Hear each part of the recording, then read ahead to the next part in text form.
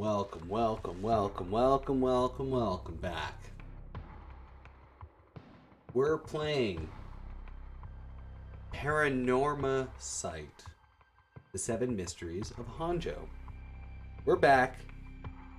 This is round 2. Previously, we got grape squished by some feet. We threw away a lighter. And we killed our friend who called us a bunch of different alcoholic drinks. But today, and now, we're back in it. We're running. We are going to let's play one of these other people. I don't know if we want to play Tetsuo or Yako or Haru. What do we got here? Crime scene investigation, spirit board, not dreams. Let's see what Hot Heat has to say to us. All right. When the son of Haru Shigima was kidnapped, a botched investigation by the police resulted in a child's murder. 1 year later, Haru has hired a private investigator to help her resolve unsettled case. Last night, while speaking to the detectives at her home, something strange suddenly appeared. All right, let's check it out. May those mock the flame perish in the flame. Kill them, the flame bearers. Kill them all. You've acquired a new power of the cursed stone of the haunting clappers. Oh, she's clapping. She's the clapper. Dip, dip, dip, dip, dip, dip. That makes sense. You may use it to kill those with fire or fire-starting devices on their person. Alright. Press the use curse button to set a target alight. What do we got here? Let's get the lore. Alright, haunting clappers. Yeah. Yeah, there's fire. That makes sense. Alright. Curse power. Kill a person by burning those who possess fire or a fire-starting device. A resentful manner. Red, red, red everywhere is dyed crimson. My home is burning to the ground. It's hot, so hot. I must call for help, but I cannot speak. My throat must be burned up from the smoke. No. I think I'm already on fire. That's right. I'll just use these clappers. Clack, clack. Is anybody there? Clack, clack. Why is no one coming? I'm going to burn to death. How did it come to this? Oh, right. Her. It must have been the work of that vixen who appeared suddenly and enchanted my lord. That witch. Those hauntingly cold eyes had my lord dancing in the palm of her hands. Perhaps I was also taken by her. How many innocent people did I lure in under orders? This must be karma. The sounds of a heavy bell. It feels like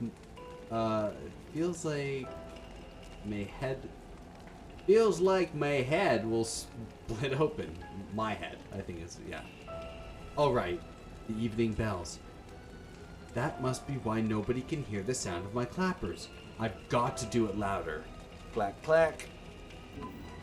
All right.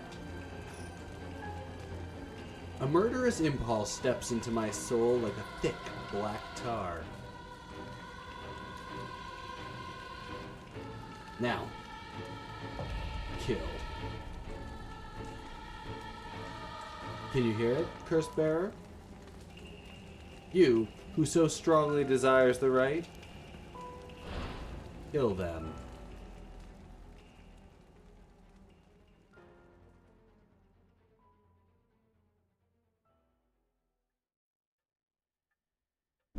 Haru Shigima, 12 a.m. Shigima mansion reception room. All right, back with me, ma'am.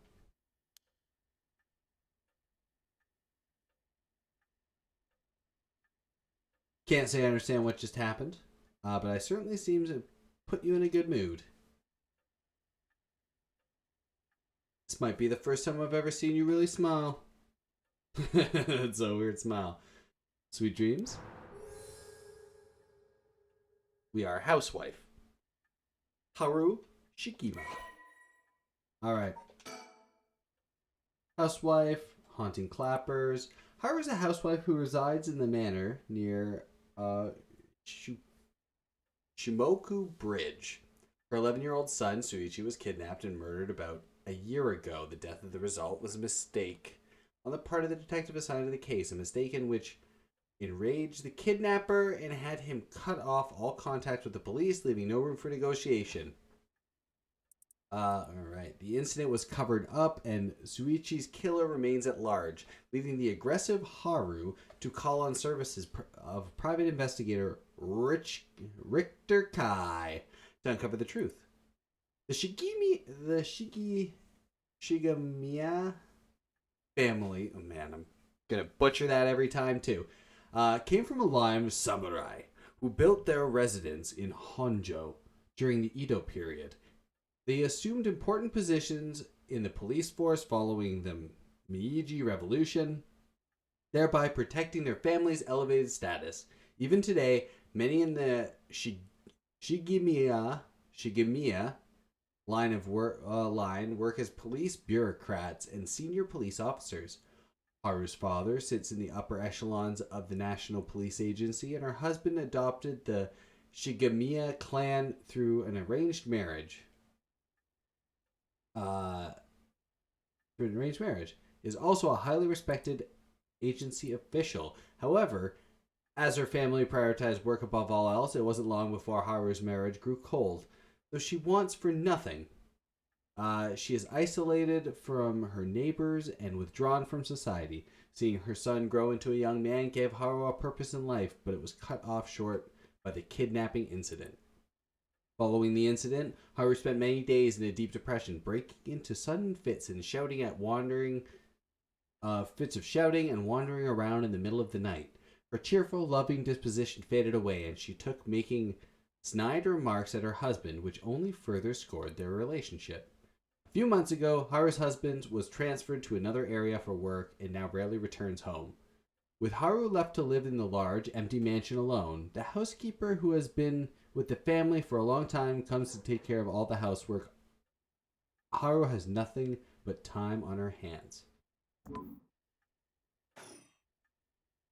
No, not dreams. Sounds like something I might want to hear about.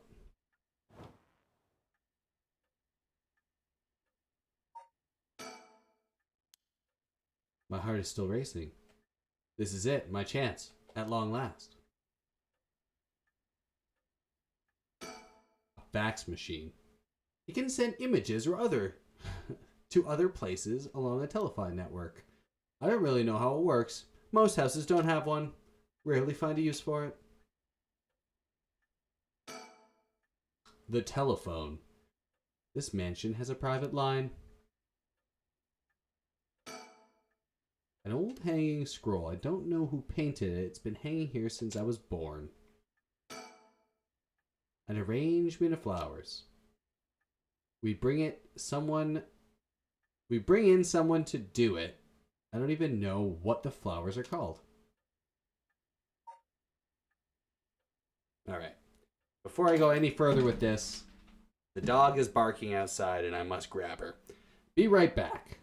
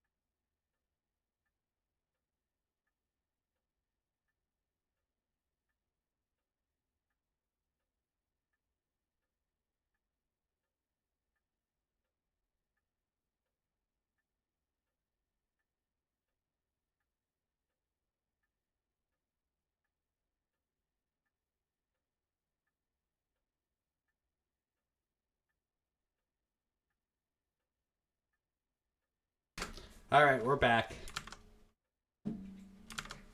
We're back. Our little dog is back in the house. What the hell is this? Well, I'll be damned. Is that what I think it is? Goodness, it made me jump. It's just a silly little sicker my son got from somewhere or other. He put it up just before, well, you know what happened. Still, I can't bring myself to take it down. Let me take a closer look. Oh, a rooster? Nice. I knew it! It's Head Henko. From way back in set number 1. It's a real collector's item. Excuse me? Don't tell me you've never heard of the Mockingbirds. What? They're the hottest new craze. Cute little birds dressed up like rough and tumble delinquents. I've never heard of them, but this certainly seems to matter to you. The best part is, nobody knows who made them. They just started showing up around town, and soon enough, they'd won everyone's hearts. The story goes that they're made by some anonymous artist who covertly leaves them behind in specific locations. No one knows when or where they'll show up next. They're basically an urban legend of sorts. To think one would turn up of all places is a good sign, I'm sure of it. Oh well, nice indeed. Whoa, here we go. What's this? We got mockingbirds? We got a whole bunch to look for, I guess. Alright, these popular bird mascot stickers pop up everywhere. Nobody knows the legendary behind them. Quirky birds, but they quickly became popular for their surreal, yet oddly cute designs. Be in the right place at the right time in Honjo, and you might be able to find all 20 of them scattered around. Legend has it, collecting them will bring good luck. Alright, well. A television. A color television. Everybody has one in Japan. Father bought one as soon as it hit the market. He likes to have the latest gadgets. Unlike the latest models, there's no remote control. We've had it for a long time. Back when it was new, we all gathered around it and marveled at it as a family. But with father and my husband being away often, it quickly fell into disuse.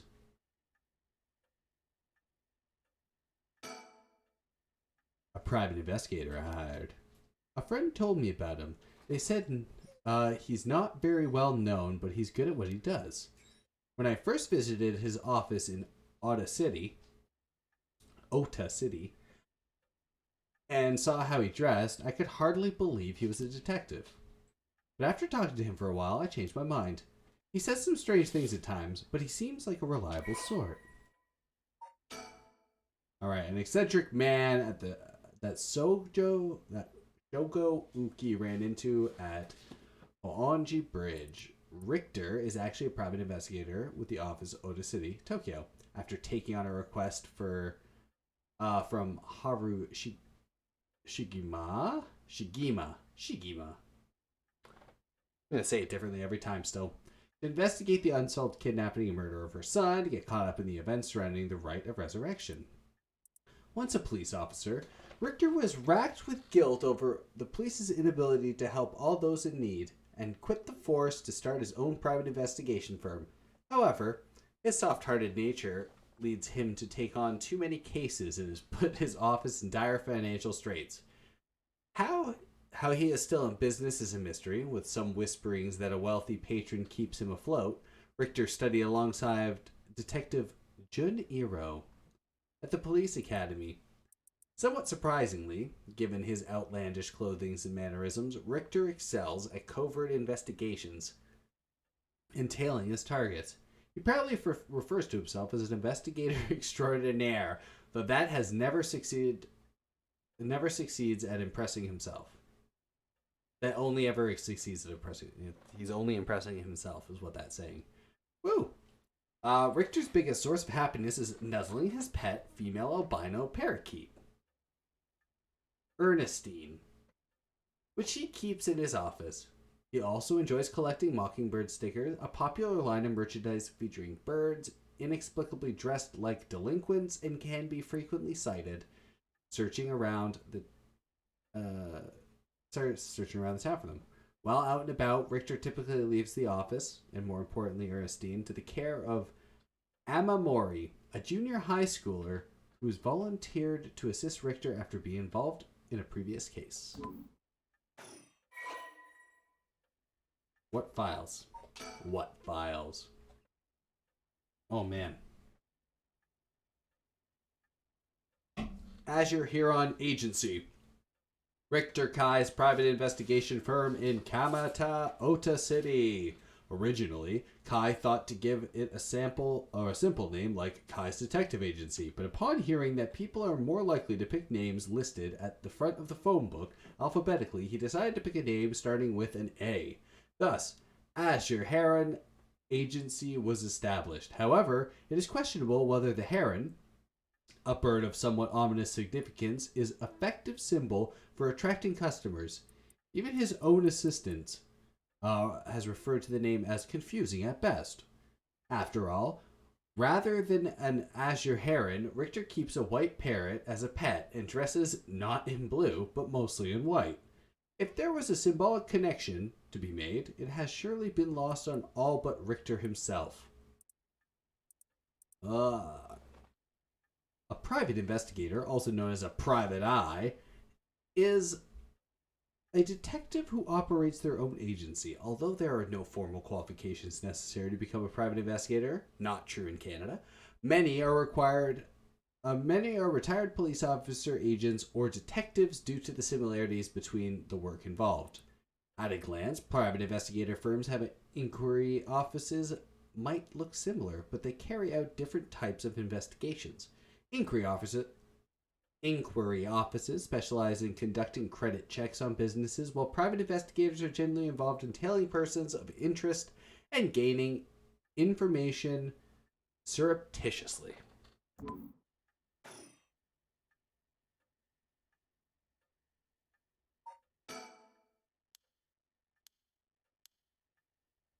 Alright, we do this. All the stuff. We've talked to the faxes. Ooh, a clock. The swinging of the pendulum echoes through the room. It feels livelier than usual with Richter here. Usually, it's just me.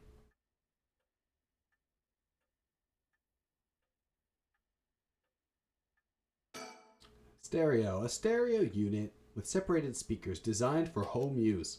My husband insisted on buying one, even though he isn't one of those listen to music.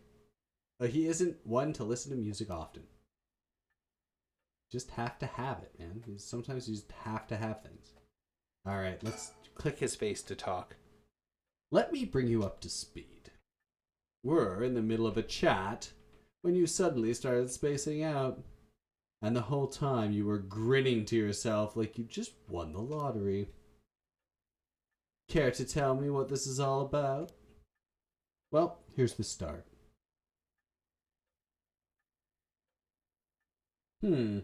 Interesting. Very interesting. So, the haunting clappers curse echoed appeared out of nowhere.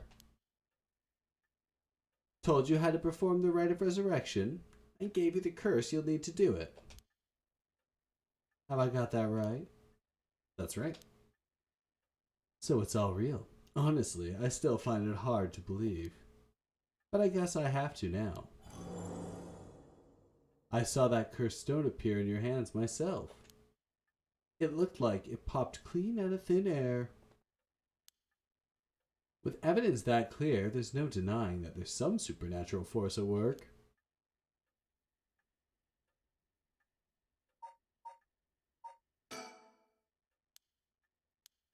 Okay. TV clock.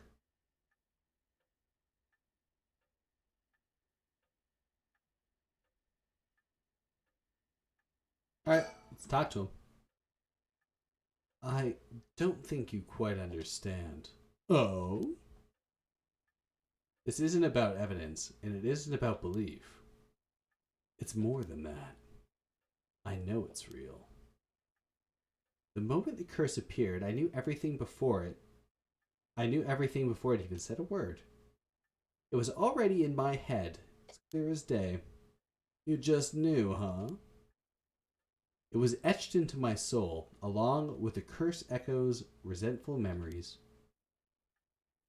So I can feel it. What it was like. Dying like they did hundreds of years ago. Wreathed in flames, writhing in pain as my flesh blackens and my blood boils. I can feel it. All the agony, all the rage. It fills me with bloodlust. I think I need to kill someone. Anyone will do, just as long as they're carrying fire. I see. That could be a problem. You think so? For what I know of you, I was sure you'd see it as an opportunity. The stronger the desire to resurrect someone, the stronger the urge to kill.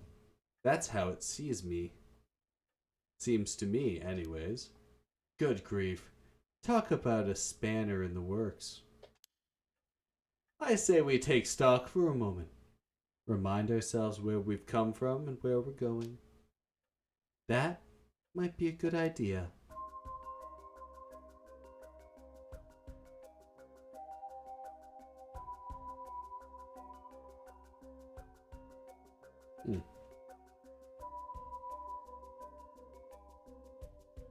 Nothing's changed. We're thinking.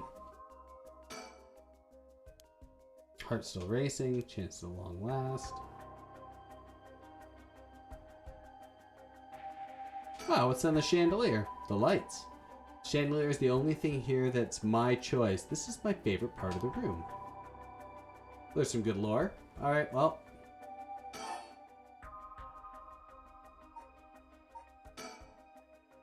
That's what you hired me for, ma'am. I took it onto your son's I took a look into your son's kidnapping last year to uncover the truth behind the abduction and murder of Suichi Shigima. Oh, yes, I remember. They never did find the one who did it. That's what I'm here about today. In fact, kind of you to let me drop in so late, by the way. I've been turning over every last stone and I come up with a grand total of 1 lead. So you said. As far as the police are concerned, it's a cold case, but I've managed to make some headway. I remembered. You were about to tell me. Alright, take a little sip of drink. Alright, the Shigima kidnapping overview. A kidnapping and murder case that took place in Honjo, Sumida, around 1 year ago. Haru Shigima's son, Suichi, oh my god, moving anything moves everything, age 11, was kidnapped on his way home from school, with a ransom being demanded at the same evening. Initially, the kidnapping was thought of as a simple extortion scheme, but when it came to light that the Shigima family was closely tied to the police, and Suichi was in fact the grandson of a senior official, it was quickly assumed that the perpetrators was acting upon a grudge against the police force. The kidnapping was treated as a direct attack against the good name of the police, and a large-scale investigation was launched that used the best equipment available to trace phone calls. This made all the more embarrassing when they were unable to catch the culprit, losing the public confidence. The culprit grew cocky, relentlessly mocking the police force. After 3 days of failure after failure, Haru reached a breaking point. Spurred by concern for her son, she resolved to hand over the ransom money as fast as possible, but her husband and father, who held the prestige of the police in high regard, refused, saying that they would not let the criminals win by giving them their demands. Increasingly frantic detectives assigned to the case lost his temper when the criminal called to give him an ultimatum, causing the culprit to never make contact again. Another week passed, and Suichi's body was found floating in the Sumida River. Suichi's death would largely be ascribed to the police's incompetence, but it was ultimately covered up with the stringent media embargoes. The investigation was never closed, but the case has long gone cold. Ah, who's the person of interest? Oh, the son. No curse echoes. The only son of Haru Shigema. He was kidnapped and murdered 1 year ago. His body was discovered floater in the Sumida River. Suichi was conscientious, brave young boy who was determined to protect his mother, Haru, amid his father's frequent absences. He dreamed of becoming a police officer and displayed diligence and an impressive sense of responsibility from a young age, likely due to being raised by an extremely strict environment. Born in the early 70s, he spent his days immersed into various activities and studies, including playing piano, learning the abacus, taking English lessons, and training in kendo. Suichi's tendencies to put other people's needs over his own meant he died without ever telling his classmates how much he longed for them all to go out on a hunt for mockingbird stickers.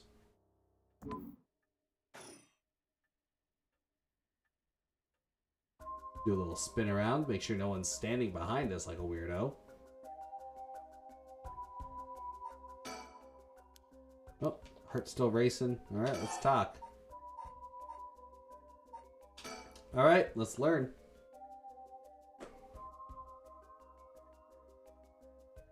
I suppose there's not much point in going after the kidnapping itself. No, I'm very familiar.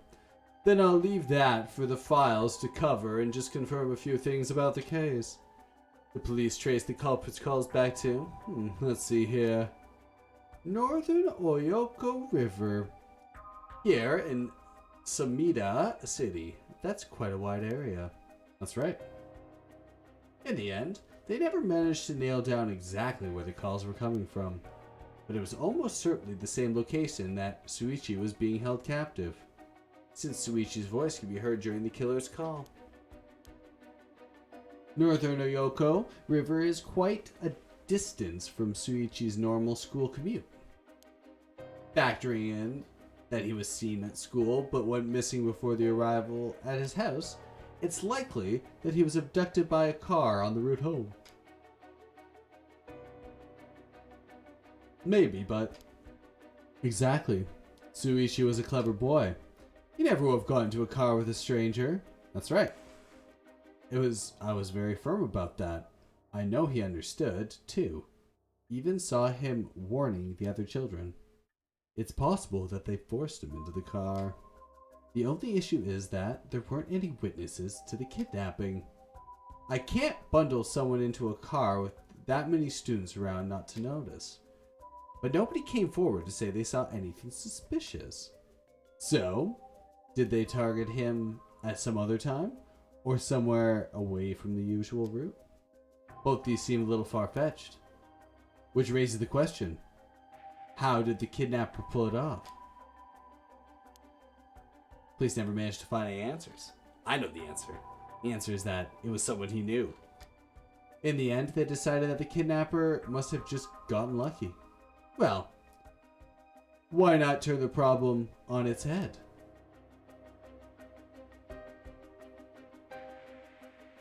We can flip this problem upside down. Alright, she's still just thinking about how racing our heart is. The kidnapper managed to convince Suichi to get into their car, but how? The only thing that makes sense to me is if there were someone that he would have reason to trust. Dun dun dun! A teacher, perhaps? Or a relative? Or somebody else that he knew? But all of the adults Suichi knew had alibis. The police checked them all thoroughly. They did, huh? No one throws numbers at the problem like the cops. But what if it wasn't someone he knew, or rather, what if the culprit disguised themselves as a police officer? That would explain why he didn't find them suspicious. The Shigima family has close ties with the police after all. He would have reason to trust them. But surely, that couldn't have. Well, there's a problem with that theory. You'd be surprised how much police officers stand out. That's sort of the point after all. They're meant to be visible deterrents against crime.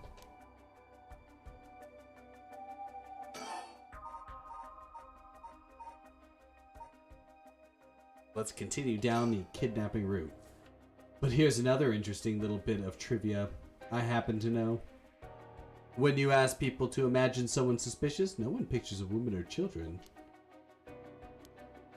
Even kids who have been warned about stranger danger often subconsciously expect the danger to look like an adult man. Besides, Suichi was the sort of boy who wanted to be a police officer when he grew up. He must have had a very strong sense of right and wrong. That's right. Wait, surely you can't mean... Now we're getting it.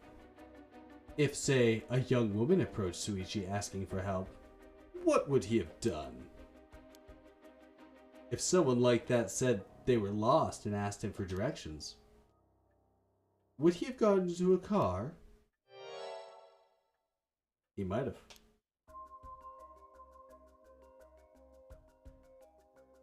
Yep.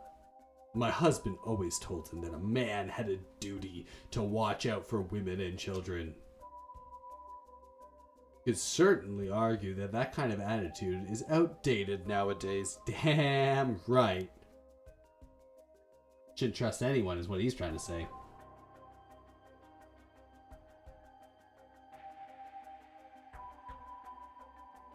But if Suichi believed it, then it might have something. Then we might have something here.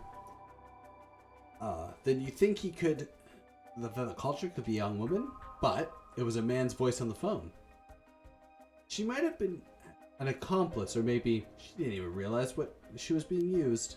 If anything, that would explain why she hadn't come forward. She herself might not realize she had anything to do with the case.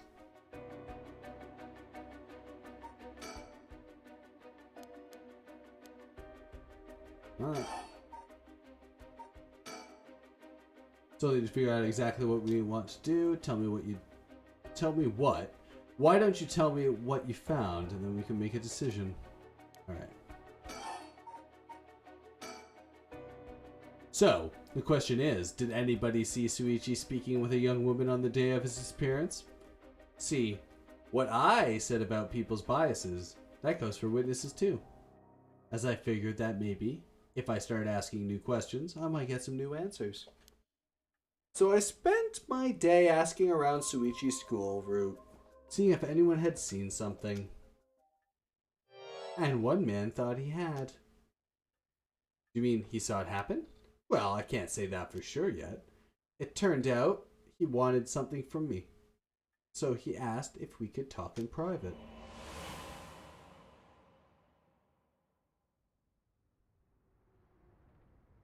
Earlier in the day, before the curses. Alright, this should do. There's no one around. We can speak in confidence. Excuse me, what's your name again? Wow. That is one 90s ass looking guy. Jinochi. Well, got it. Jinochi, I'm all ears.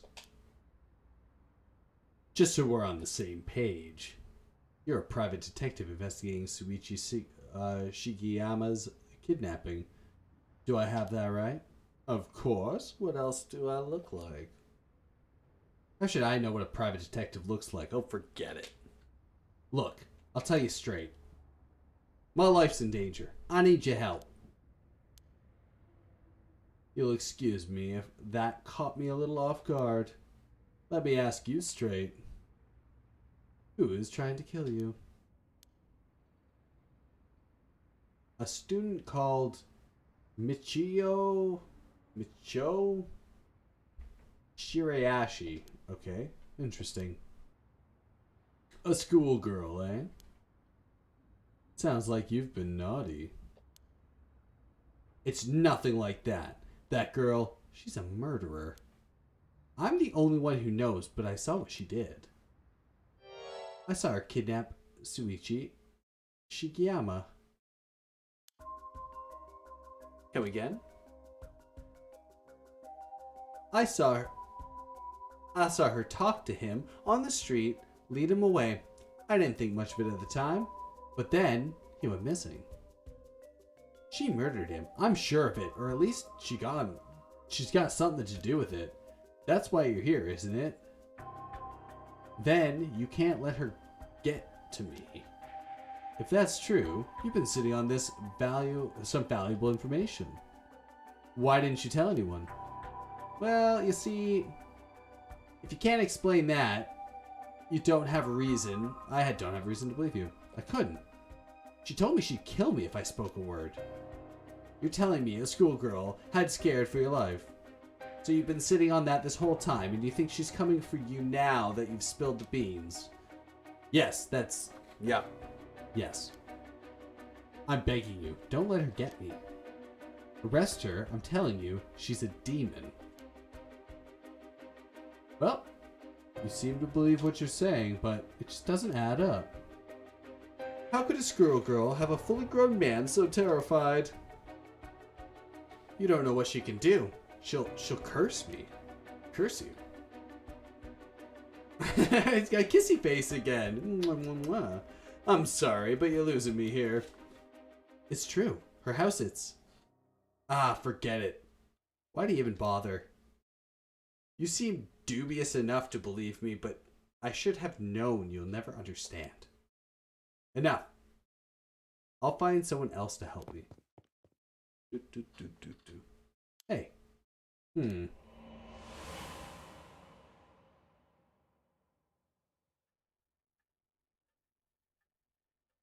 that's about the long and short of it. I can hardly believe it. At the time, I thought his mention of curses was just crazy talk, but I'm starting to see that there might have been more to it. Then, we just find that girl. Curse or no curse. She was with Suichi on the day of the kidnapping. There's a good chance she knows something. On top of that, I did some digging on the man I spoke to. His full name is Kohoi Janutri. That he's a teacher at Komagata High School. Okay. A teacher? Then this schoolgirl is one of his students. I think that might be very likely. It's a bit weird.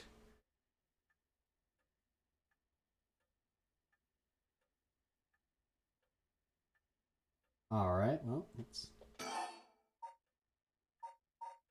keep on talking about this investigation. At last, we've got a lead. Hopefully it'll be a breakthrough we're looking for.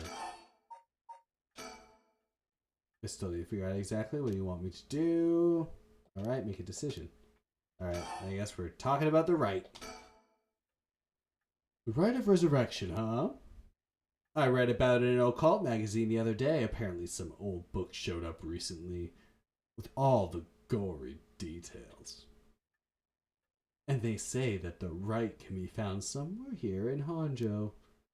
I remember the first time you told me about that. I felt like my prayers had been heard. Like I had hope, real hope for the first time. Ever since that awful day, I've wondered, what if I haven't sent him to school? What if I just paid the ransom? Not a day goes by when I don't think that if I'd done something differently, Suichi would still be alive. You can't blame yourself, man. It was the culprit's fault, not yours. Though, I know that won't help any. Grief is funny like that. I'm guessing that's why you're not after the right? Oh, why you are after the right. You're after the right. Guess I didn't need to ask. It's written all over your face. I can tell you how much he meant to you. But, and this is a big but, if the right is the real deal. Using it will mean killing someone and stealing their soul. Is that a problem? If it comes to that, I'm afraid I'll have to stop you. Oh, that's a shame. A shame, huh? That's all?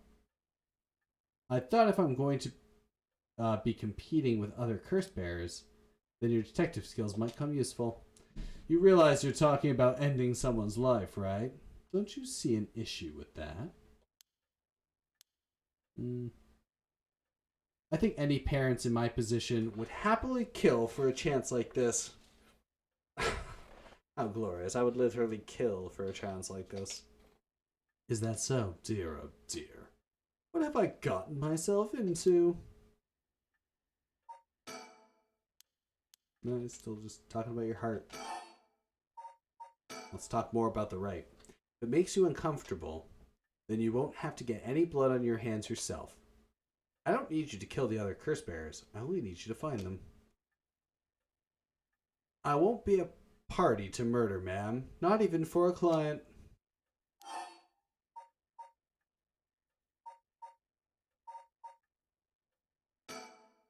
I see. I didn't realize you were so stubborn. Let me say, though, it's not like I don't get what you're going through. As long as you're not killing anyone with your own hands, maybe I can help you out. What do you have in mind? Well, how about stealing someone else's curse stone after they've filled it with soul dregs? If that was all you were after, then I could lend you my services guilt-free. If other curse bearers want to kill each other, that's their business. I'm not trying to be a hero here. I guess there's no guarantee a soul and curse stone will work, but we can worry about that later. Well then, I suppose we have a deal. Although, what if I stole a curse stone using my curse? Would you disapprove? That would void our contract, ma'am. Just warning you now. My.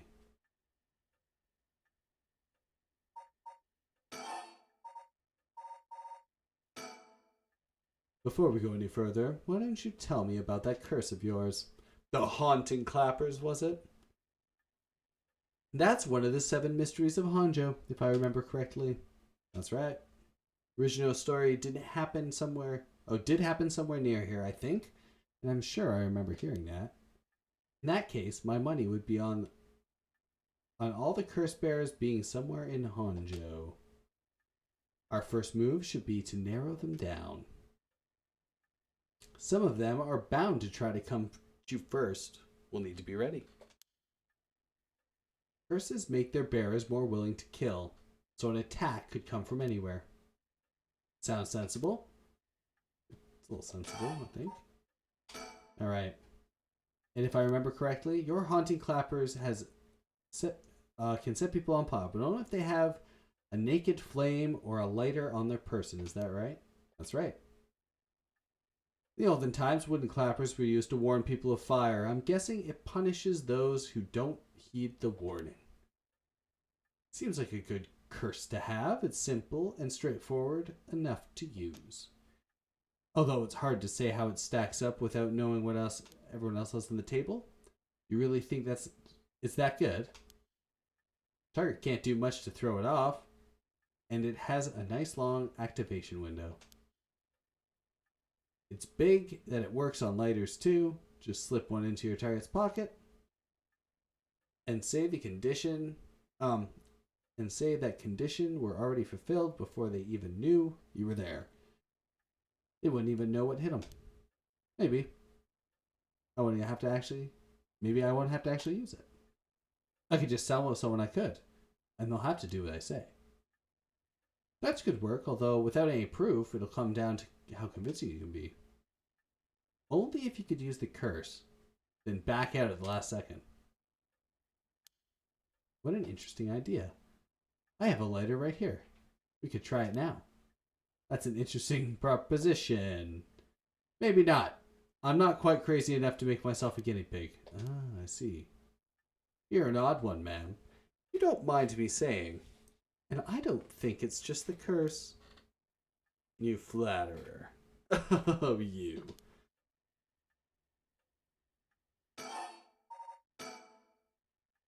For what we do next, first of all, I think you should stay indoors. Try not to do anything spontaneous or outside your normal routine. Okay? Right then. Have you decided what you want me to be working on?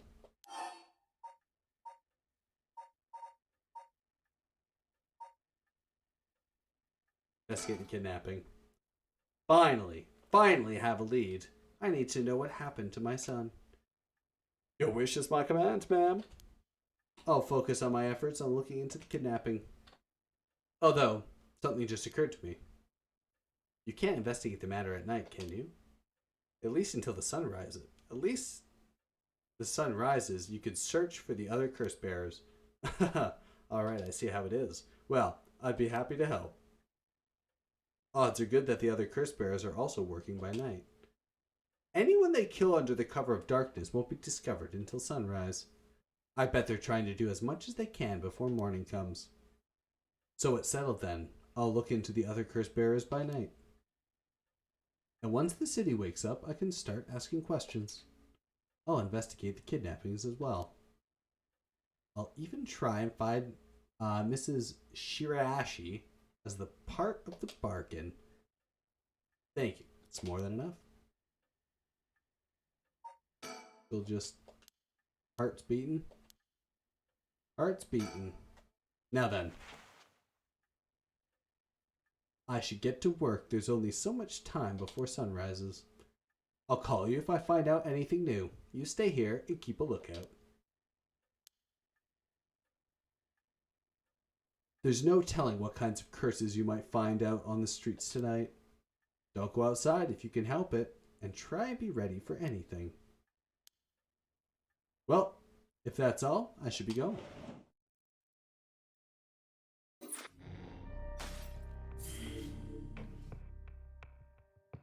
All right.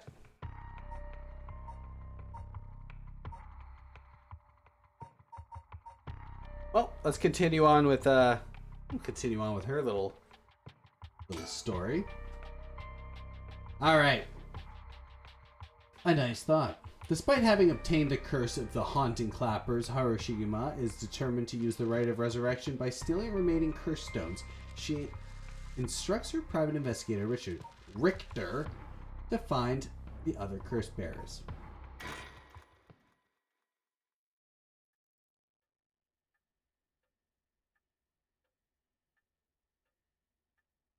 The reception room. Hell yeah.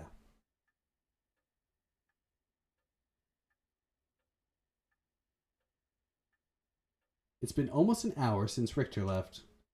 He promised he'd call me if anything happened, but he hasn't. So all I can do is wait and wait.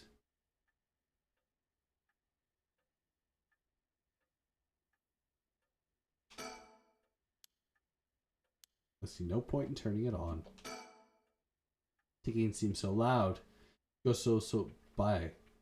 Show how quiet it is. Fax machine. I rarely find use for it. I don't know anybody else who owns one. You could send yourself fax to the other room. What's this? A newspaper? Must have fallen out of the chair. Read it. Must new lore. It's a newspaper. I only leave them in here for guests. I hardly ever read them myself. I don't think I've taken the time to go over one in years. Well, it's not like I have anything better to do. Oh boy.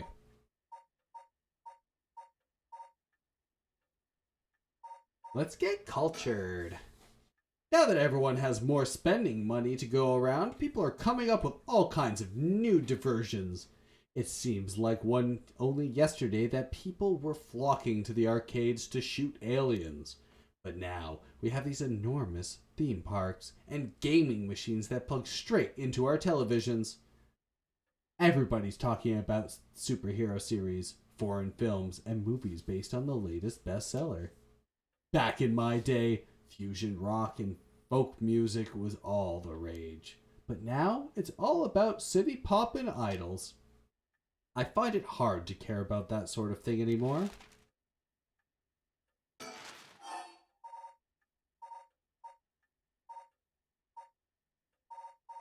Well, get educated.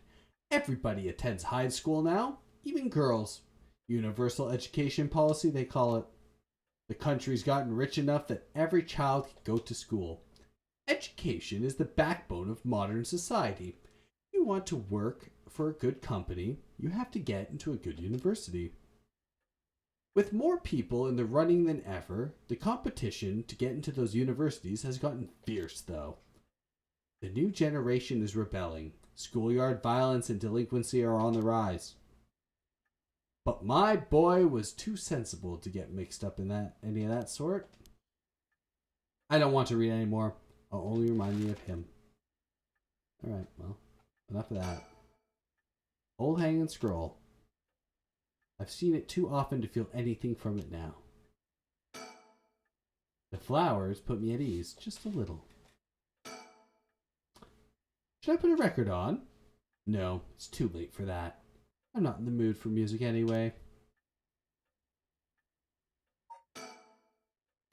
I know it's dangerous to go out, but I can't just sit here and let the opportunity pass me by. I have to look for her.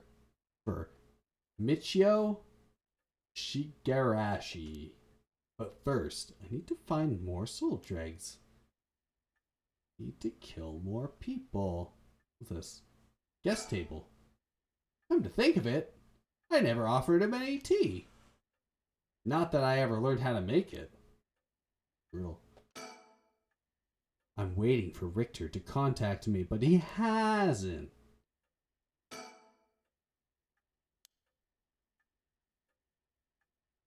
You have to read all the papers. Oh, the chandelier. Hell yeah. My husband used to complain that it was too dark, but I rather like the gloom. Sometimes you have to leave gloom.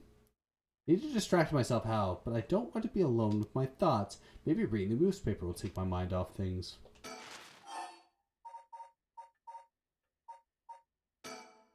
It looks like the city's biggest problems right now is pollution. I remember how the air and water used to be even more polluted. The river was covered in scum of all the sewage and industrial waste, and it stank so badly it made my eyes water. Eventually, people started getting sick, and it couldn't be ignored anymore. Fortunately, it's gotten better since then. Although, the air around the industrial district is still filthy with gas and smog.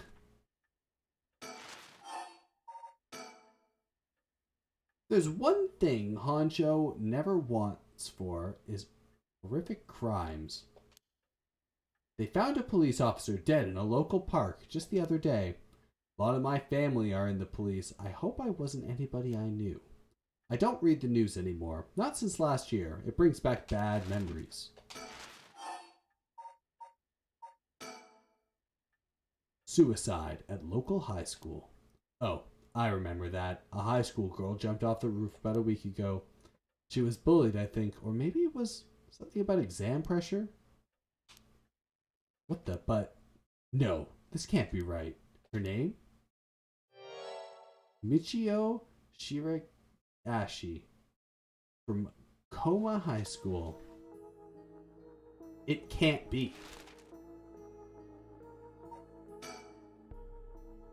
The same girl who witnessed my son's kidnapping committed suicide last week. But that means Mr. was terrified of someone who already died? Is that what he meant by a curse? I can't work this out on my own. Maybe Richter knows something. Why won't he call? Oh, I haven't left it off the hook, have I? I'm waiting for Richter to call, but it hasn't. Make sure the receiver's on the hook. It'll ring as soon as he calls. Oh. That must be him. Answer. Mushi Mushi.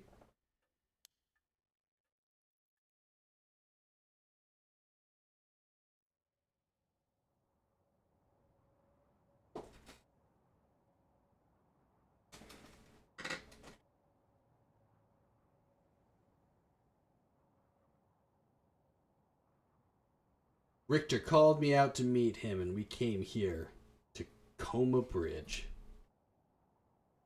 Richter, there's something I need to tell you. Funny, I was just saying the same thing.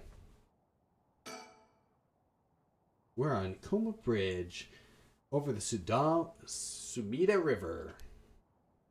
There's a highway on the other side and a freeway on the other. But they're both deserted this late at night. Alright. Get some lore here. One of the bridges spanning the Sumida River, completed in 1927, part of the reconstruction effort following the Great Kanto earthquake. It is notable that both for this notable both for its distinctive blue arches and its cutting edge for the time techniques used in its construction. There are many bridges stretching across the Sumida River, each boasting its unique structural form and design. Good stuff. The river. This is the Sumida River. The water is filthy and horrid, but at night, when it's still, it looks almost peaceful. Can I ask you something, ma'am? Is the Sumida River what you Honjo folks picture when you think of home? Couldn't say. All I can tell you is that I can hardly stand the sight of it. Right, should have guessed. This is where they found him after he went missing. All alone, floating in that horrible water. All I can think is how scared he must have been. How cold he must have been. What did he ever do to deserve something so awful? I've come here every day since then. And I prayed to the river to give him back. Give me back my son. Day after day. You know, in olden times, people believed that the river marked where our worlds met next. So the act of crossing flowing water had a huge amount of spiritual significance. Back when Edo was founded, the people of Shu saw the Sumida River the same way. They associated the far side of the river with the afterlife, and the same place would come, and that same place would later become Honjo. All their fear and revolution accumulated there and took root. But the Ryogoku Bridge sprang up after the Great Fire of Miriki, and just like that, the Honjo was part of the city too. And as it turned from the farmland into town, the people surrounded it with man-made rivers and crisscrossed it with canals and waterways. Weren't those to prevent flooding? That's what I was told. They were, but not all they were for. Their other purpose was to contain all the corruption that had built up on the far side of the shore, to stop leaking through to our side of the Great Divide. Officially, there was a physical barrier, but unofficially, there was a spiritual one too. So, if I have this right, are you saying that Honjo is a place where the real world meets the afterlife? Exactly. That's why the rite of resurrection is here, rather than anywhere else, I'm sure of it. It's probably why the 7 mysteries and their curses have survived to the modern day. And I guess that would make this spot where we're standing now, right over the water, the border between life and death. If there were ever a place where bringing back the dead might be possible, I reckon it's here. It's funny that you mentioned praying to the river. That might have done more than you think. Is that supposed to make me feel better? Just thinking aloud, ma'am. Well, it's a nice thought. Alright. In addition to logistical importance, it was also a place where the common folk gathered to enjoy activities such as seasonal flowers viewing over the river bathing. Seasonal flower viewing or river bathing. And there exist many woodblock prints depicting such activities. The area became plagued with sewage issues when the surrounding environs were industrialized in the post-war period. But the situations have improved since. Many unique bridges span the Sumida River, including the Ryoku and the Azumanbashi bridges, which attract a large number of visitors and sightseeing spots. Massive firework displays in the summer are also always sure to draw a crowd. The river has served as a cornerstone for both the city and its people, having both aided its development and serving as an inspirational backdrop for countless works of art and literature. It's just a pile of water, guys. Just a pile of water, ain't nothing about it.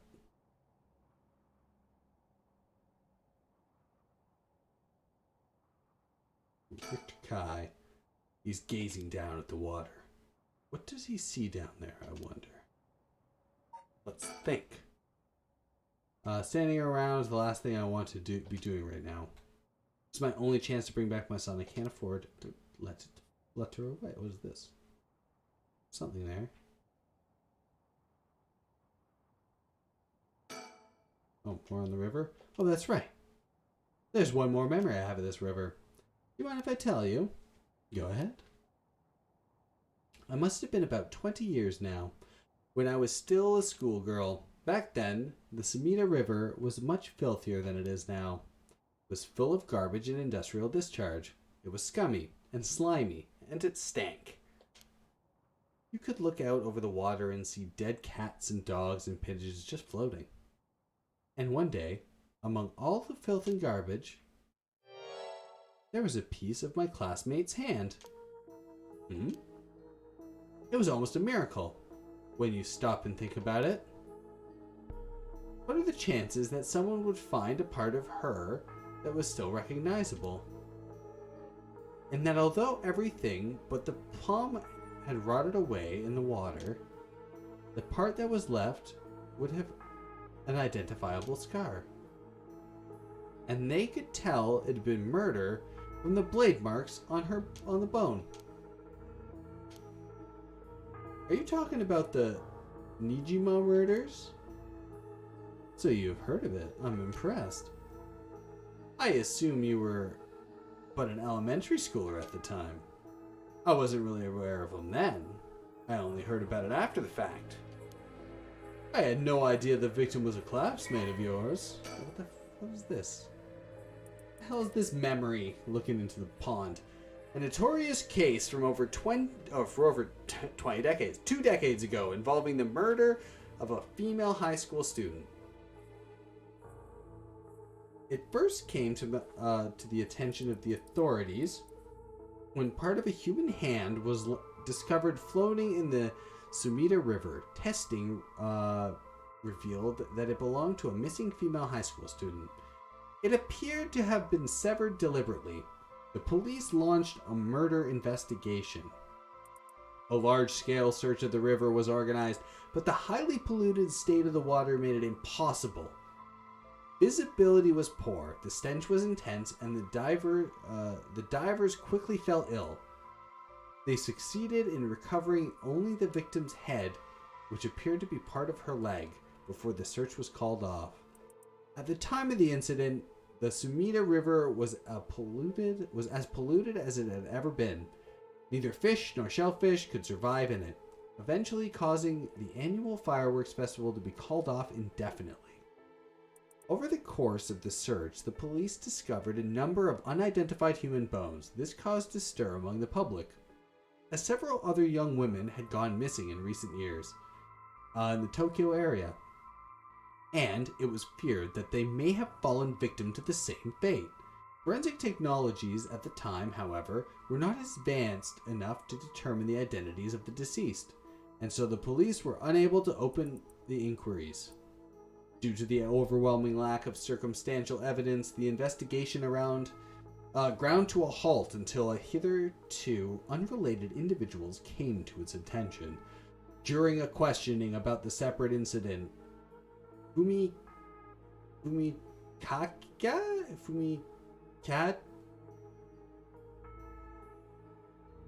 Fumichika Nijima A 36-year-old shop owner with no relation to the victim divulged details about her that had never been released to the general public. An investigation into his background was conducted, leading to his arrest. Alright. Nijima testified that he had snatched his victim from the street and confined her in an underground storeroom of his shop, which also served as his living quarters. He chose her for no special reason, but simply decided she was an opportune target on seeing her walking home alone at night. Whew. Talk too much. The air doesn't get to my head. After keeping her locked up for several days, he restrained her, sewed her mouth shut, and severed her fingers and toes with a box cutter while she was still conscious. As she screamed silently behind her sealed lips, he proceeded to her wrists, her ankles, her elbows, her knees, working his way inward slowly and methodically. His victim constantly wavered in and out of consciousness. Her ordeal continued until she died of blood loss. Nijima dismembered the rest of her body and disposed of it behind his home in the Sumida River before cleaning his storeroom and returning to his everyday routine, as if nothing had happened. The brutality of his actions shocked the nation when they were eventually reported. Once apprehended, Nijima readily divulged the details of the murder, but was less willing to explain his motive. When asked, he would only break down into tears saying, "I don't know what came over me. I know it was wrong." In the end, the police could extract nothing more from him than expressions of remorse. Although the efficacy of his methods strongly suggested that he had committed similar crimes in the past, no corroborating evidence had ever come to light. Nijima was sentenced to life in prison at his first hearing. The sentence was imposed with no appeal from the defendant. He got locked up without appeal? Wild.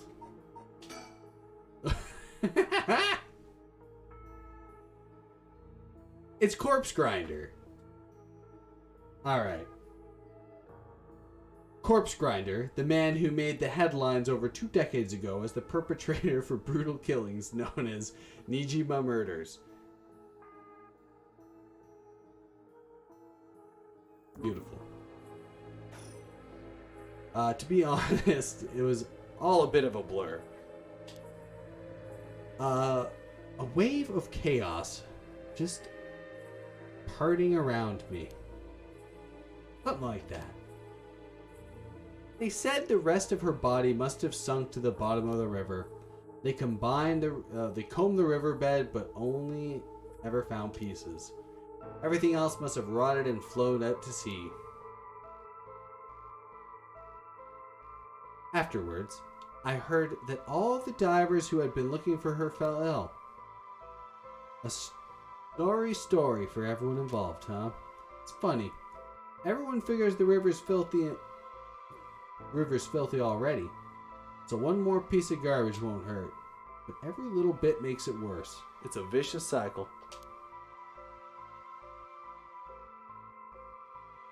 I know. I wouldn't want to go rooting around down there by myself. That's right.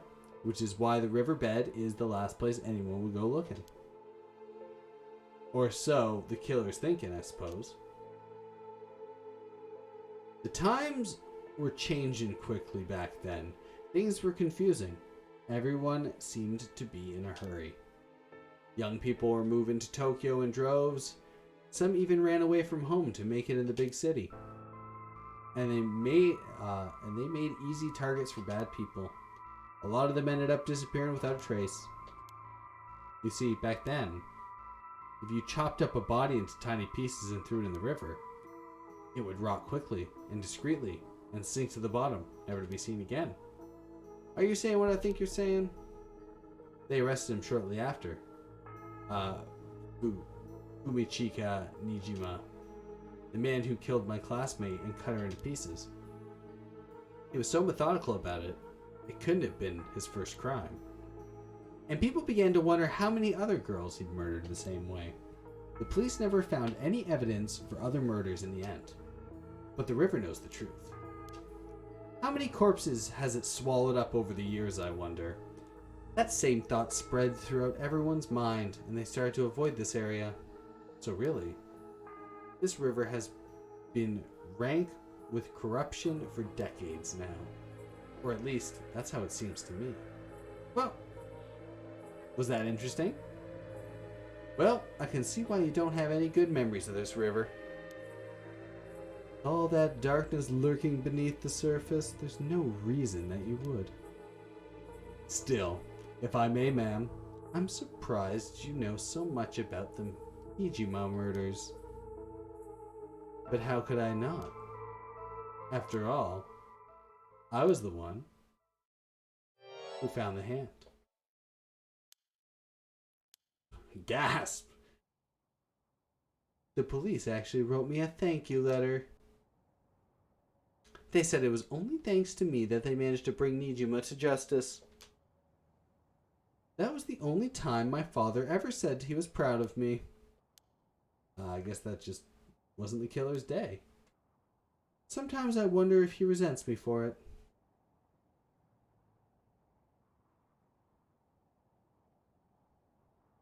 There's more about the river? Talk more about the river then. The Sudima River. I had nothing but awful memories of it. Alright, that's it for the river. That's it, river.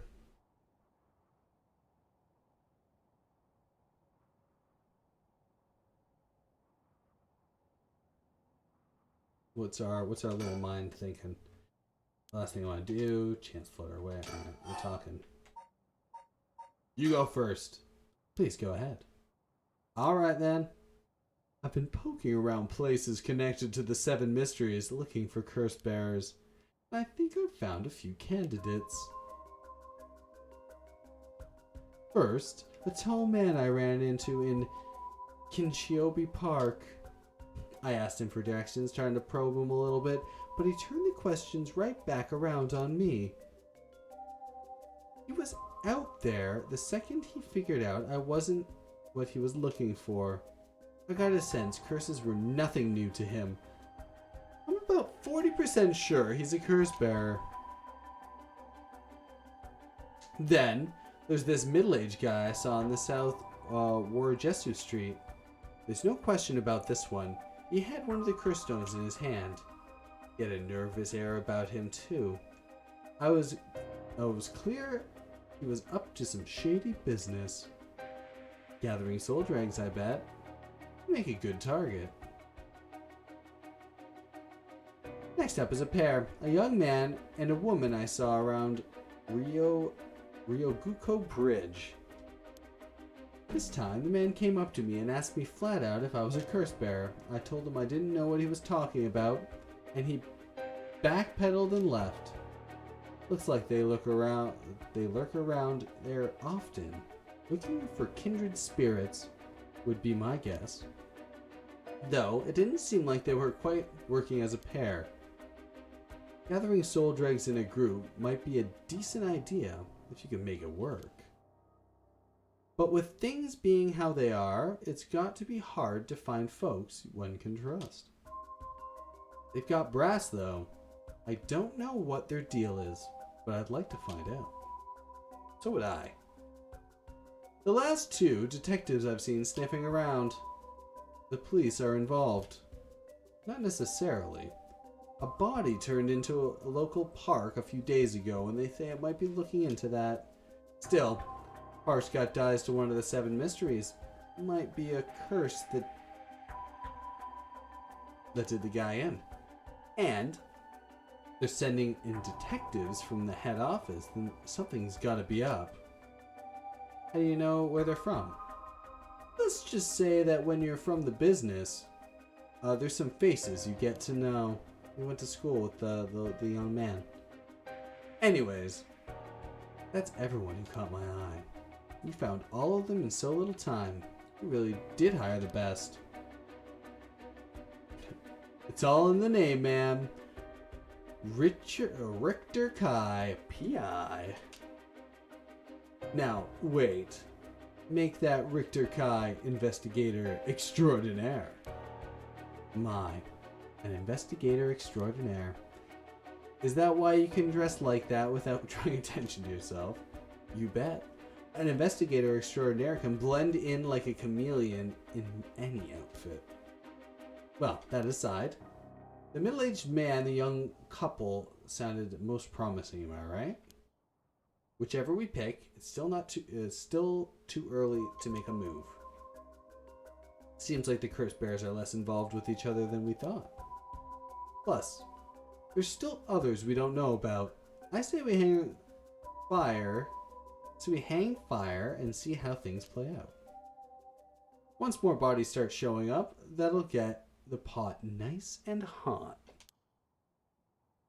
Once it's boiling, our chances will come.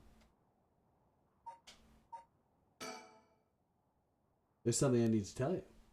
What's up? Well, that girl, Michio Shirayashi, the one that was with Tsuchi the day of the kidnapping, that's her. Well, she's dead. She's what? The student who committed suicide last week, that was her. I heard something like that happened. Never got the name though. Talk about bad luck. We finally got a lead, only to find out it's turned into a literal dead end. Unless her death was the whole reason Janucci was so shaken up. He said she was going to curse him. He was talking about her taking revenge from beyond the grave. It seems like we're back to where we started. Not necessarily. That teacher knows something, I'm sure of it. At the very least, I put my money on having him to do with Shirayashi's death. That's why he's so scared of being cursed by her. And also, something tells me he knows more about your son's kidnapping. In any case, I think I've got a good idea of what he's hiding. Call it a hunch.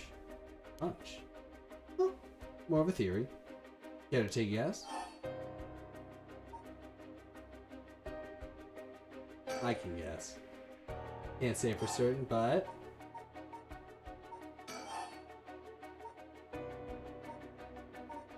Bam.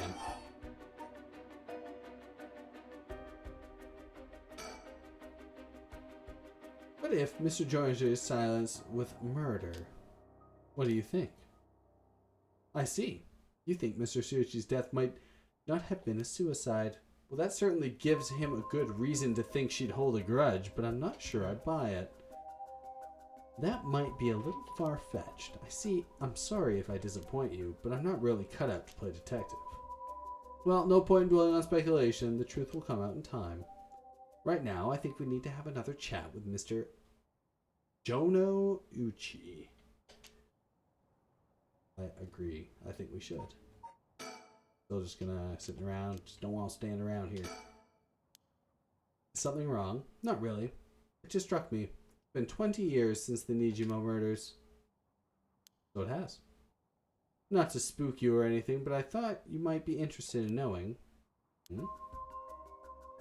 Life in prison doesn't always mean life. There's precedent for first-time offenders being allowed out on parole after 20 years. Yeah, first-time offenders not being people who hack people up and throw them into a river. Very unlikely that they're going to get out.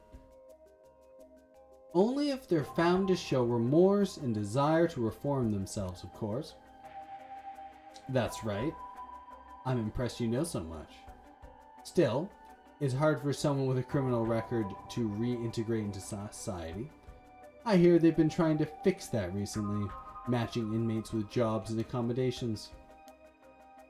They keep an eye on them, of course, and make them report in for regular checkups. But, to avoid discrimination, they kept inmates' records a secret from everyone but their employers. They even give them particularly notorious criminals new identities so they won't be recognized at the workplace. The way you put it, it's like you're saying Nijima could be out on parole right now, back in society under a new name with nobody the wiser. It's possible. As it happens, a little birdie told me about a big name making a parole a few months back. I don't know if that was Nijima, but our discussion just now did bring it to mind. I see. How unsettling. Now that you mention it, I just remembered something too. I was passing Koma High School a little while ago when I saw someone.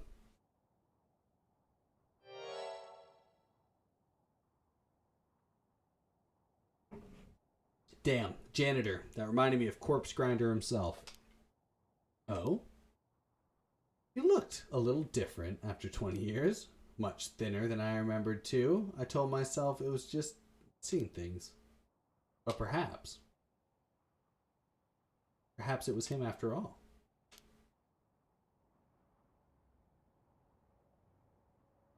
So, what's next? Big question is what the rest of the curse bearers are up to. Luckily, the Sumida River is a good distance away from any of the other 7 mysteries. It's unlikely the other curse bearers will come all the way here. I can finally have a moment to think. I see. Alright.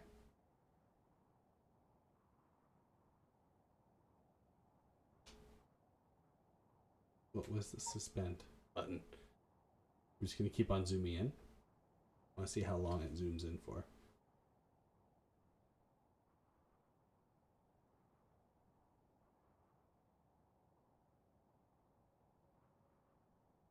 Is that it?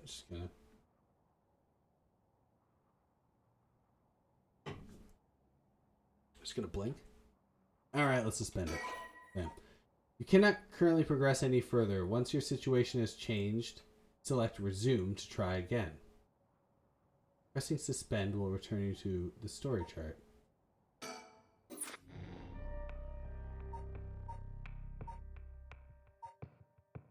Oh. Okay. So we've completed this path so far, but we might have to get some more information. So,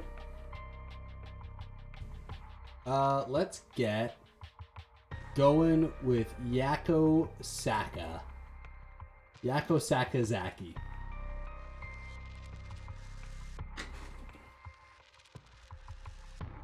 Alright. Spirit board initiated. Yako Sakazaki searches for the rite of resurrection, hoping to revive her friend who jumped to her death. To get information she needs. She meets with her classmate, Mio Kurosozu, in her classroom at midnight to attempt using a spirit board. Always a great idea.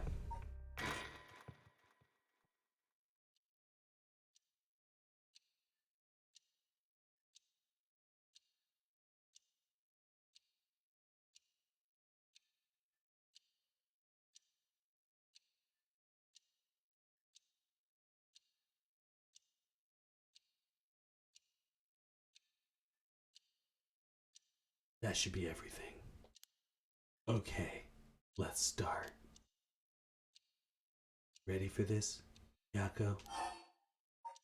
Okay, I'm ready. I'm ready.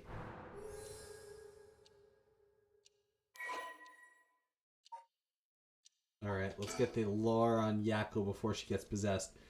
Yako is a student in Class 2C at Komagata High School. Unable to comprehend why her childhood friend and classmate, Michio, committed suicide, she attempted to investigate the incident herself. However, she was unable to make any progress and, feeling desperate, invited transfer student Mio to join her in performing a spirit board ritual. Always turns out well. Born and raised in Honjo, Samuda City, Yako's family has owned and operated the beloved candy shop, Sonoya. Candy shop Sonoya, since its establishment in the early Shoya era. Despite her modest appearance, Yako is a cheerful and vivacious young woman with a sense of duty and compassion so strong that she's easily moved to tears. She is also a bit quick-tempered and quarrelsome, always prepared to stand up against those who harm her family and her friends.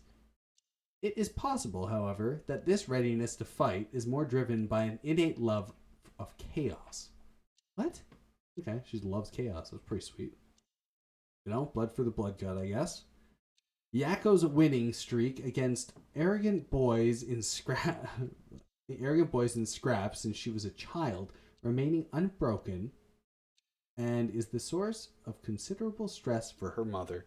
She's just out there decking, man. Love it. All right, good stuff. All right, let's start.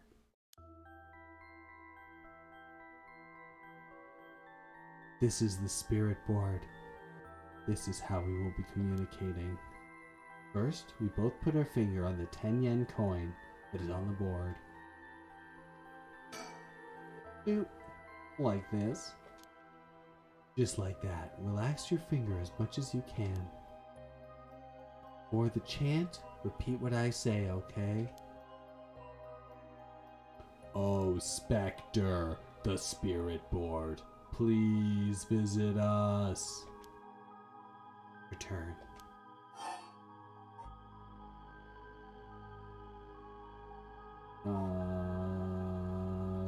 Spectre of the spirit board.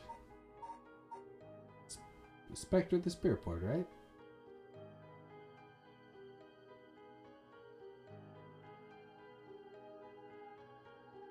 Yeah, Spectre of the spirit board. Please come this way. Please visit us. Spectre of the spirit board. Spectre of the spirit board. It's board's wrong. Please visit us. You're a little off. Huh? Just relax. Say it again. Oh, Spectre of the spirit board. Please visit us. Your turn.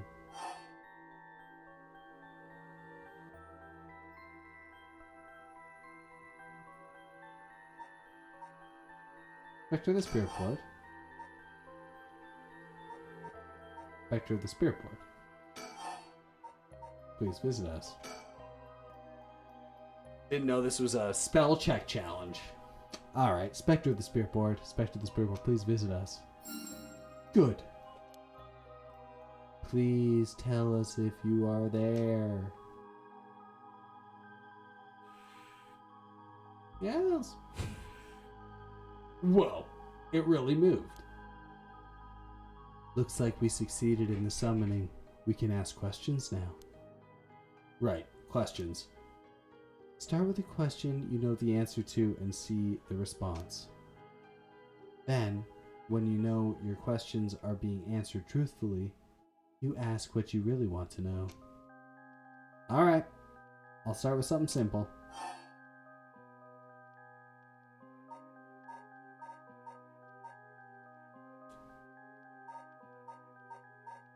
What is this place?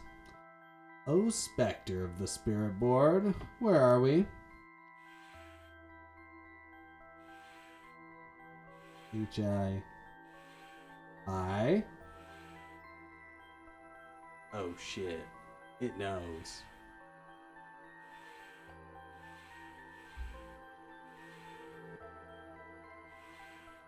High school. That's right, good job. Who's a good spirit board? The answers don't seem to be very precise. What's my name? I think I should know the answer to this. Oh, Spectre of the spirit board, what is my name?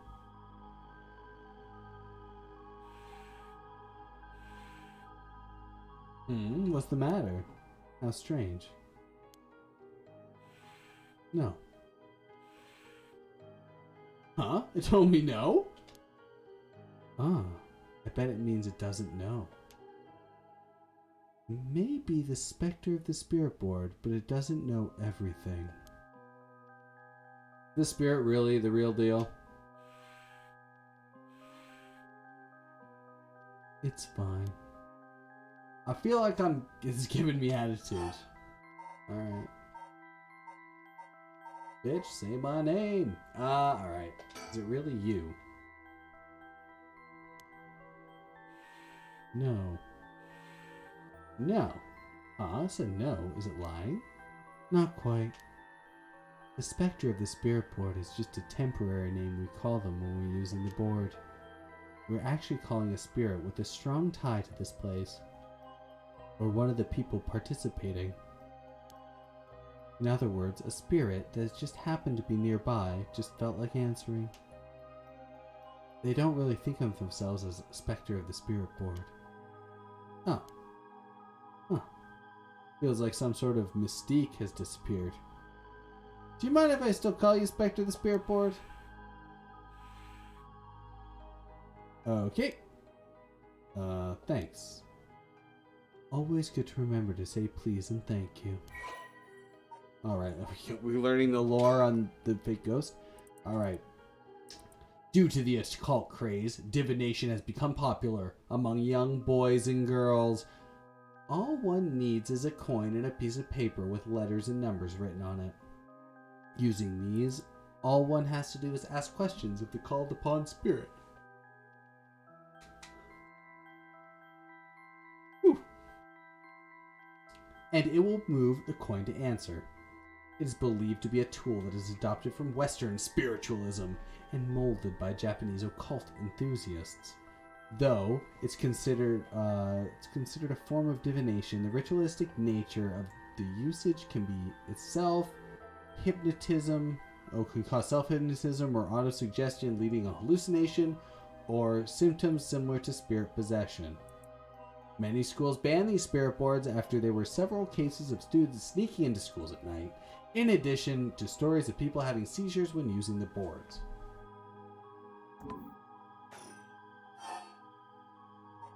What's this girl's name?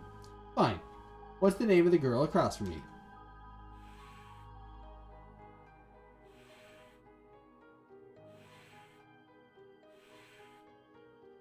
Mio. That's right. Sure, that's not fair. It knows your name, Mio. I even use that weird character you use to spell your name. Ah, how flattering. Oh, she's a psychic girl. Alright. Mio transferred to Class 2C at Como High School about 2 months ago. Although she's an extremely mild-mannered young woman, she exudes somewhat off-putting dark aura, which makes it difficult for her to form friendships. Miu has, however, found her friend in her classmate Yako, and has begun opening up to her little by little. The truth of the matter is that Miu is the apprentice of a famous psychic, possessing exceptional spiritual sense. She takes on the troublesome task of surreptitiously handling spiritual disturbances that break out of schools across Tokyo before they become a problem. She transfers schools frequently as a result, and thus trouble making human friends. Miu has already solved an incident in Koga High School involving a female student possessed by a spirit. Although she takes effort to hide her spirit sense, many developed an impression that Mio has a deep knowledge. Ooh, boy, the rain is making me yawn and sleepy. It's raining and thunderstorming out. Hooray. It's good for this Hump Day Horror special. Many developed the impression that Mio has a deep knowledge of the occult and the paranormal upon first meeting her, leading to her being anxious that her secrets have been exposed. Most common comment she receives is that she seems to get along well with crows and black cats. Just a little spirit nerd. I bet even the teachers get it wrong all the time. I guess those paranormal beings just tend to take a liking to you. Uh-huh. I don't know how I should feel about that.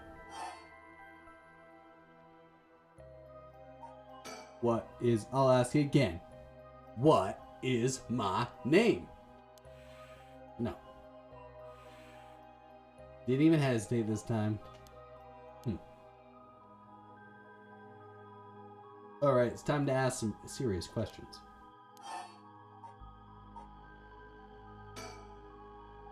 Oh, Spectre of the Spirit Board, what is the name of the boy Mio has a crush on? Hey, to ask that kind of question? Doesn't everyone ask that kind of stuff with the spirit boards? Besides, I'm curious. No, no, no, no. Let's not do this. Oh.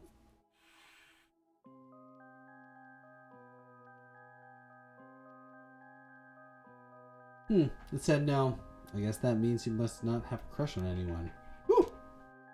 Yeah, that's it. No is correct. Let's move on. Or maybe... Oh, Spectre, do you mean the boy isn't in our class? Oh, yeah. Wow. Hey, stop that. Don't make me exercise you. If that's the case, then... Oh, Spectre, the spirit board. Is it a teacher at our school? Okay, that's good. That's a positive. Woo! No good, huh? Cut it out already. We made the effort to sneak in at night. We shouldn't waste time with these questions. I guess you got a point. I liked that. That was fun. Alright, let's talk about the death. I'll be serious now. Back to the spirit board. Did Michio Shiraishi in our class, who died by committing suicide by jumping off a week ago, really commit suicide? No. So it really wasn't. I'm not surprised. I've never believed from the start. Now that the important part, yeah. Alright. Michio was a second-year student at the Koma High School. She was found deceased 1 week ago in a back alley off South Warigesui Street. Her entire body broken and several severely contorted. Police determined that Michio committed suicide by jumping from a nearby apartment building. There was no suicide note. The police based their conclusion on interviews with Michio's peers. Michio was an honor student with a good head on her shoulders and consistently excellent grades, making her a favorite among the teachers. Although she appeared somewhat reserved, she had a positive outlook on life and a courageous spirit. Michio and Yako formed a long-lasting friendship during childhood, with Yako's unbending, uncompromising attitude deeply influencing Michio. However, beneath her strong exterior, Michio had been pushing herself too hard and keeping her emotions bottled up to the point that they risked overflowing. Following her father's death 3 years ago and moving to a new house, Michio began avoiding Yako. Although the two remained in the same area of town and attended the same high school, they gradually grew further apart. Yako herself worried for her childhood friend, but incapable of wading into complexities of Michio's home life, she kept her distance. The days passed, and though Michio longed to confess everything to Yako, the moment to do so never came. Michio carried the old talisman, a memento of her father, with her at all times. Alright. What was the cause of death? Die in an accident? Okay. Said yes. So it was an accident and not a suicide? Michio. Then, did she slip and fall from that apartment building? No, she was pushed. She didn't? What do you mean? Michio didn't fall from the apartment building. Correct. She was pushed. Accidentally. No way. If that were true, why was she lying on the ground like that in the back alley of the apartment building? It was an accident, but not a fall? Oh, Spectre of the Spirit Board, what happened to Michio on that day? Seems like it doesn't know the details. Where is the rite of resurrection? Where it at? And how about, oh, Spectre of the Spirit Board, we want to use the rite of resurrection to bring Michio back to life. Do you know where the rite of resurrection is? I wonder.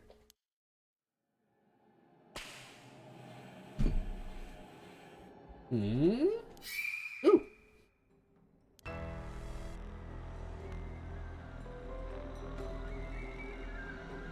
What is this?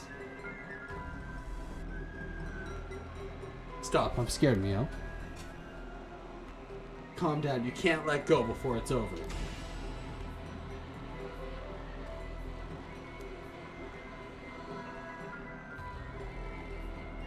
A resentful memory is flowing into my mind. The Fool's Procession. All that hear him, kill them. Those who hear this sound, kill them all. You have acquired the power of the cursed stone, Fool's Procession. You can use it to kill those who hear the sound produced by the curse's echoes for more than 30 seconds. The effect will be negated if you are seen in that time. Oh, that's hot garb. Alright, but that's fine.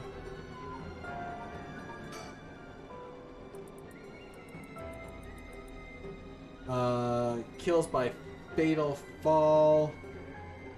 One who hears its music for 30 seconds without seeing the curse bearer. Omio stood atop the tall festival tower. It was her time to shine and she was ecstatic. It had been years since she joined the troupe, but she had yet to enjoy her day in the spotlight. She wasn't particularly pretty, nor was she all that talented. As a gossip and a loudmouth, she wasn't well liked by her peers. Some of the other girls thought of her as a teacher's pet and bullied her. I don't care about them, she thought. I'll use this chance to make something out of myself. Everything was perfect. She wore a beautiful kimono and an okome mask over her face. The stage was set. The accompaniments began. She danced with everything she had. Applause rained down upon her from the crowd. Her breathing hastened in excitement. I've got to catch my breath. That's strange. I can't take off my mask. The smell of gulu assaulted her nostrils. So that's how it is. I knew it was going too good to be true. Her screams were drowned out by the music as she squirmed and struggled. Omio is giving it her all today. We have to keep it up. The crowd livened even more. No, no, please someone help me. She fell from the tower, writhing in pain as she begged for those around her for help. The music stopped in time with Omio's heart. They suffocated her? Pretty messed up. Ugh. A murderous impulse seeps into my soul like a thick black tar.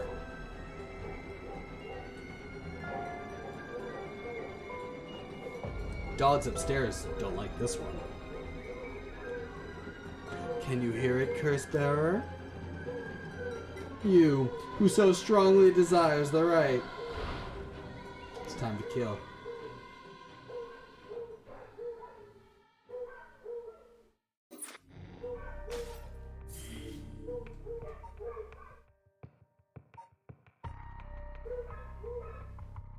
Two things to remember. Let's get it going. Alright, the information they gained from the spirit board suggests that Michio's death was not a suicide. When they continued to press the spirit board for location of the Rite of Resurrection, a curse echo suddenly appeared.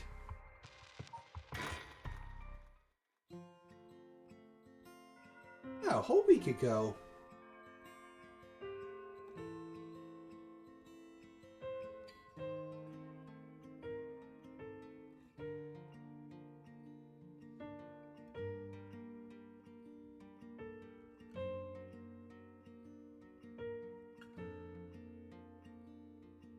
Alright.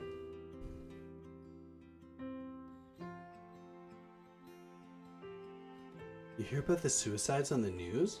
But for it to happen here. By the way, isn't there a girl who transferred into Class C recently? Oh, I heard about her. She's gloomy. Doesn't stand out much. Do you know what the school she is before she transferred also had a suicide? What? For real? That seems like kind of fishy.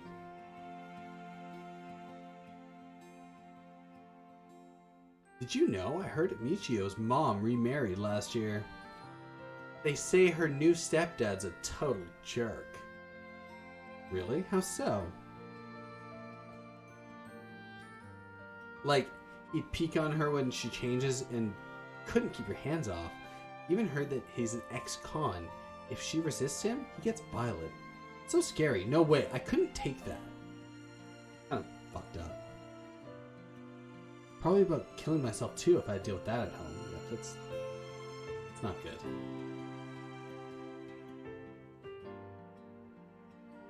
Hey, did you hear? Someone from our school committed suicide.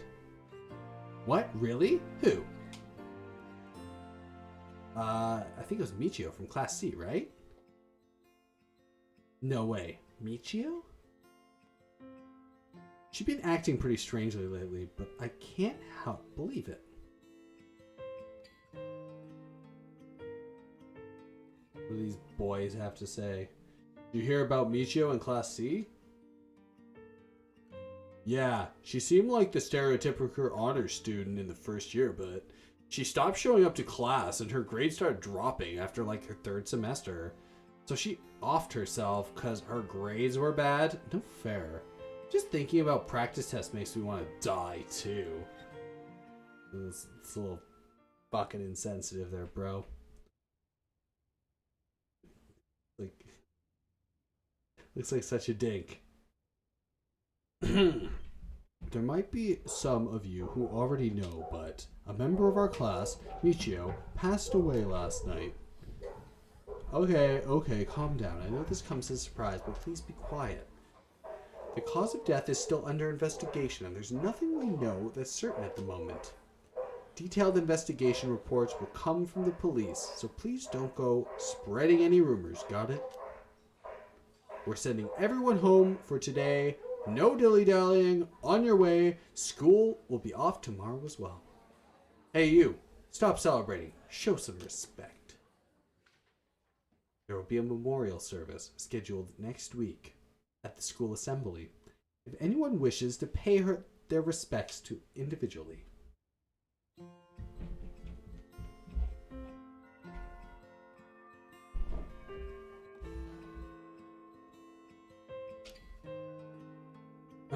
Sorry to bug you. It's just you seem a bit different from your usual self. I hope I'm not being nosy. Thanks, Mio. Was I acting that strangely? Yeah, enough to make me worry. If you want to talk, I'd be happy to listen. Yeah, it's perfect timing. There's actually something I want to ask you. Yeah? Hey, Mio. You know about the rite of resurrection, right? You're a weirdo, creepy girl. You probably know what that's all about. Yeah, that's the thing Mr. Arashi apparently discovered and wrote an article about. I doubt there's many people who don't know. He's always talking about it. Kissy face. Do you believe it's real? Well, it sounds a little too good to be true to me. But on the off chance that it really works, we could bring Michio back to life with it. I want to find if there's even the slightest chance of bringing Michio back. But how will you look for it? Kissy face. Right, that's the thing. You know about spirit board thing, right? Everyone's been doing. Where you summon the spirit and ask it to do whatever you want. Yeah, I know it. You want to try it out? It's something I want to know. Why are you telling me this? I mean, you seem like the type to know about this stuff. I do. Yeah, you look like you're really into that occult stuff, you know, and you got this kind of gloomy look. I don't know how I should feel about that. But you know how to do it, right? Well, yes, I think I probably know a little more than most. Okay, please help me. You're my only hope. Okay, please. You're my only hope. Okay. Let's talk about... I wonder why she had to die. She didn't leave a note or anything, but they announced that it was a suicide. That can't be right. She would never kill herself. Michio... doing kissy face here is a bit strange. Michio was so happy. But looked on the bright side of things, she loved coming to school. Alright, good. Pouty face is better. I know she was going through hard times, but for her to kill herself... I never got a chance to speak with her. She was often absent from school, and when she did come, she looked depressed. You're right. That's why everyone was so willing to accept that she committed suicide. They acted like they cared, but all they did was gossip about it. They put little pieces of information and spread rumors like it's the truth. Isn't that terrible? Yes. I heard some that are really awful. In the end, the only reason they were able to say stuff like that was because they aren't personally involved. It's true that she didn't get along with her new stepdad and got her grades went down, but things like, how sad, no wonder she killed herself, how dare they? She always told me that she was okay whenever I asked her because I was worried. She would have told me if there was something bothering her so badly she'd kill herself over it.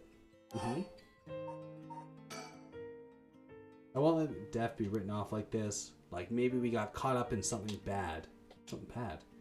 You have been telling me about a body found in the former Yasuda Gardens, right? They're saying that this town is cursed or something. Yeah, there's been some strange feelings around recently. The thing you want to ask, is it... Yeah, I want to know the truth behind her death. And where the Rite of Resurrection is hidden. I see. I don't know if getting the answer to those questions will be easy as you hope. Please, the teachers and police aren't any help, and there's only so much I can do alone. If there's even the slightest chance, then, well... Okay, that would make you feel better, then I'll help you. Thank you, Meow. Tomorrow, after dark.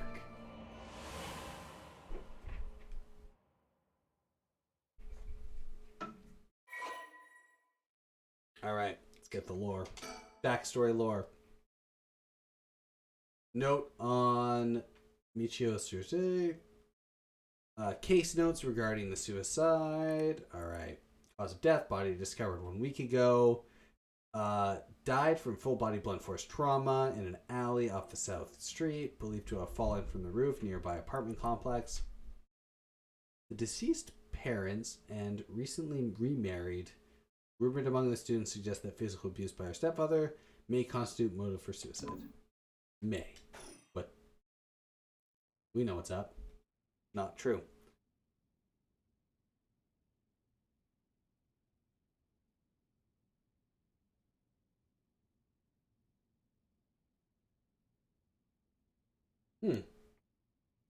Are you awake, Yako? Yeah, what happened? Can't remember. I see, we used the spirit board and... I suddenly heard something like this weird voice. And then I passed out. As far as I can tell, you aren't experiencing any negative effects. I think it was just a mild shock from how sudden it was. Yeah, everything's okay with this. Yeah, was everything okay with the spirit? Yep. It was almost bad, but I got to leave. More importantly, what's that thing you have in your hand? In my hand. Whoa, what the heck is this? It looks so freaky. When did I get this? It's a cursed stone. You know, classic. It plays Ren Fair music. There's so much anger and hatred felt within it. Looks like a tool that we used, that were used for ancient curses. What? That's so scary. Yuko, you just said you heard a strange voice, right? Could you tell me what you heard? Anything that you can recall. I think I might be connected to that object. Let me see. Felt like I was at the bottom of a dark place, and then the voice was, like, echoing in my mind.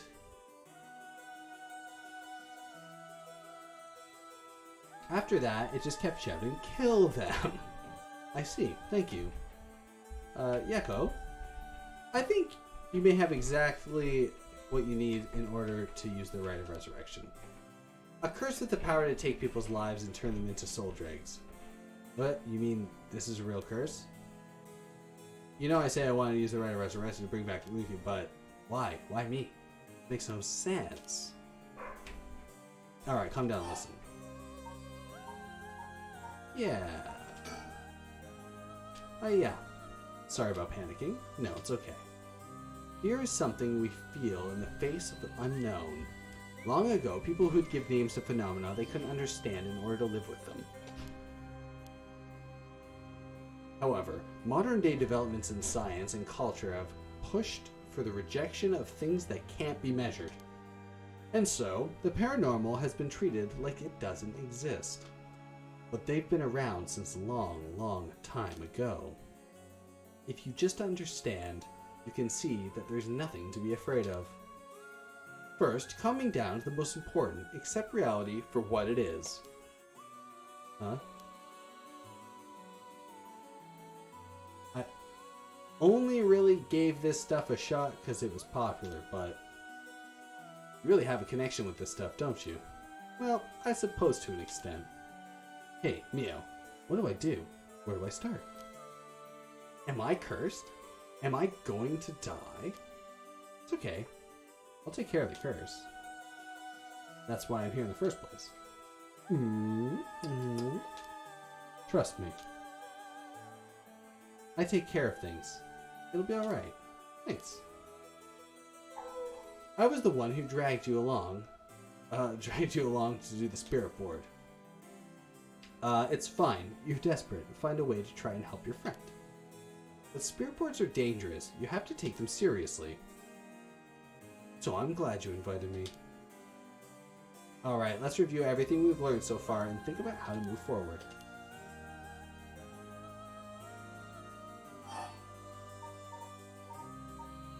Alright, about the curse. What is this curse? Am I cursed? Well, only looked into it a little bit. I wouldn't say you're cursed. It's more like you've gained the ability to use the power of a curse. There shouldn't be any kind of negative paranormal effects on you. The power to use a curse. Do you mean this curse stone? Yes. If the curse stone is used under certain conditions, curse will be placed on someone, taking their life and turning it into soul dregs. Alright, soul dregs are said to be required to enact the rite of resurrection. Normally a curse is a spell that would only be usable by Omyoji of considerable talent. I believe that the curse stone makes it so that even normal people can use them. More about the curse. So like, someone like me with no knowledge could curse someone. Yes, but it's still nothing to take lightly. You could end up having it redirect right at you. Interesting. Something unusual did happen while you were using the spirit board. It happened right around midnight, I think. This whole area seems to be under the effect of the Feast of Shadows. Yeah, what the hell are you talking about? Yes, it's a type of spell that temporarily boosts the potency of the supernatural. It has the effect of making the powers of a certain curse echo manifest more easily. Judging by its strength, it probably covers about 3 to 4 kilometer radius. That's big enough to cover all of Sumida City. Yes, I think the Feast of Shadows was used to cause the resentment of lingering in the area to manifest as curse stones. Someone did this? But who? I don't know enough to say, but it's likely that it was done by someone who wants to uncover the rite of resurrection.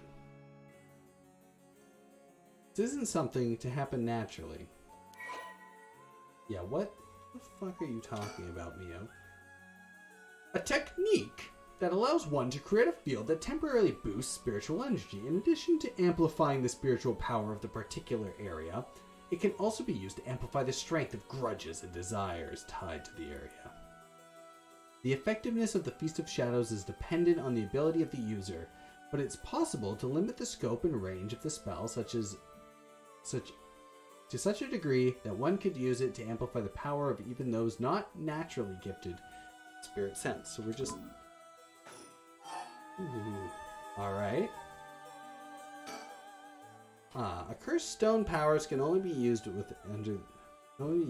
this area under the influence of the Feast of Shadows. Okay. The effects only appear after the sun has set. By setting a limit on whether they can be used, the curses are strengthened. So the curses can't be used outside this area or during the day. Correct. But speaking of limits, to actually use a curse to kill someone, it seems there are conditions that need to be met. Conditions.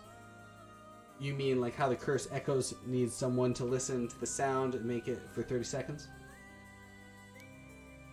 To be honest, I don't really understand it. Like, how do I even summon the curse of echoes or make the sound? Just like, will it? Do you mind if I try? Stop. You shouldn't be using curses so willy-nilly.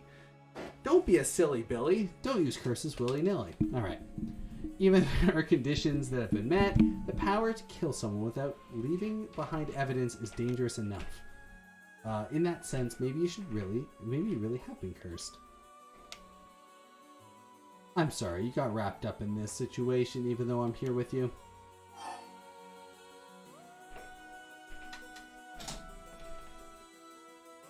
Alright. Let's get the curse going. That curse stone. I think whoever holds it becomes the curse bearer. It would probably be best for me to hold on to it, but then I'd feel bad about forcing it on you. No, I sense a powerful force rejecting me. I don't think I'll be able to take it. Oh, really? Why? If we tried separating it from you, the curse may trigger. That's how bad I sense that it wants to stay with you. No way. That curse stone might look like nothing more than an old Netsuke carving, but I can sense a powerful, resentful energy from it. I don't think it's a good idea for me to even touch it. I may seem like I know what I'm doing, but I don't know how to handle something this powerful. Really? This little thing? If you threw it away and someone with bad ideas picked it up, it could be bad. I think it'd be safer to avoid the risk of getting anyone else involved and have you hold onto it for now. Well, now I'm kind of freaked out. Anyways, we need to make it to daybreak.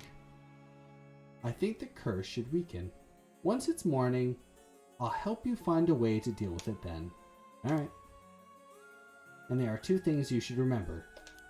First, do not fulfill the conditions while it's night. Second, should you happen to fulfill the condition, don't use the curse. Right.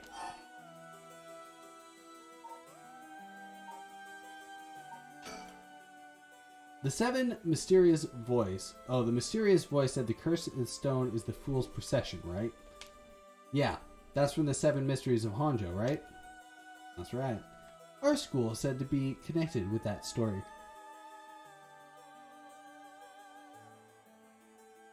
With the same name.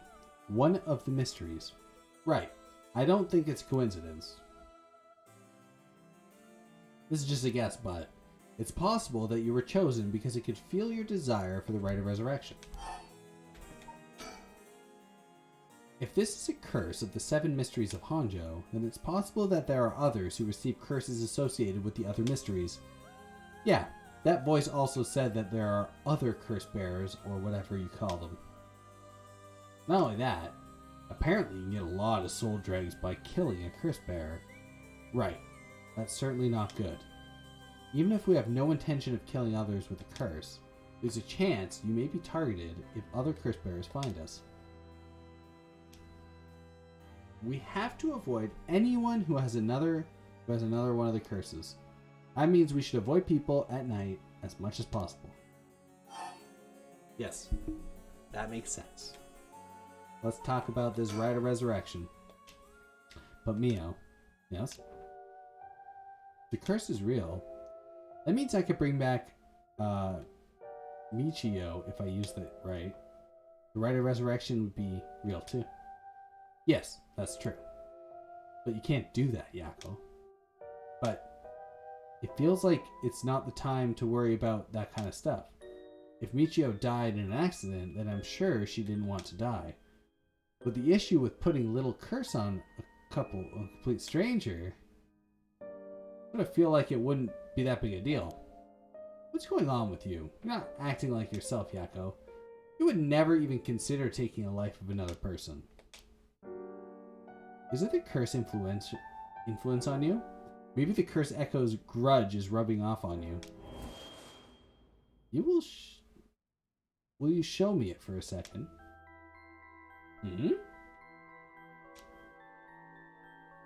Is there something inside it? No, stop. Yeah, Echo. I'm sorry. But it's like, I just suddenly really didn't want you to touch it. I understand. I'm sorry. But you need to give up on the right of resurrection. What? Because that's the real curse. Using resurrection as a lure, it tempts the curse bearer into using their curses. You have to resist it. Don't let yourself be deceived by some curse. But Michio could... No, what she's trying to say is that, like, literally you will just die. I think for tonight, we should get you home and rest. I'll walk you. The curse's influence should subside in the morning. Okay. Alright.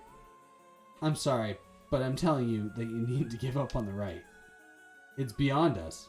Even a single curse stone alone is too much to handle. Bringing back the dead isn't something so simple. I know how much it hurts, but please focus on worrying about surviving tonight. Even now, we're in great danger. Okay, let's get going then, shall we? We'll take the same route we took to get here. We'll be fine, right? There's no one else at the school, is there? I think so. The night shift janitor wouldn't be patrolling this late at night either. Ah. What? Why did the lights go out? Mia, are you okay? Mia? She's not here. What happened? What happening? Where are you?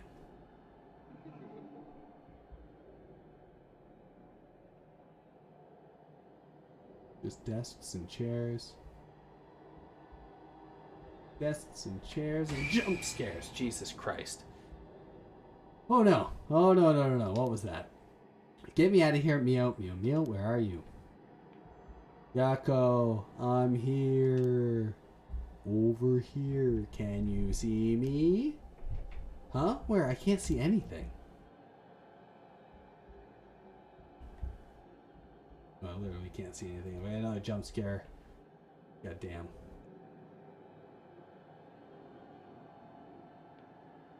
Not that way, Yako. Behind you. I'm behind you.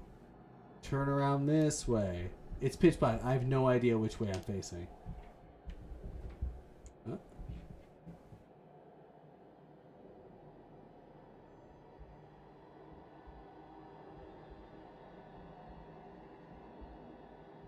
Okay, so there's a window there. God.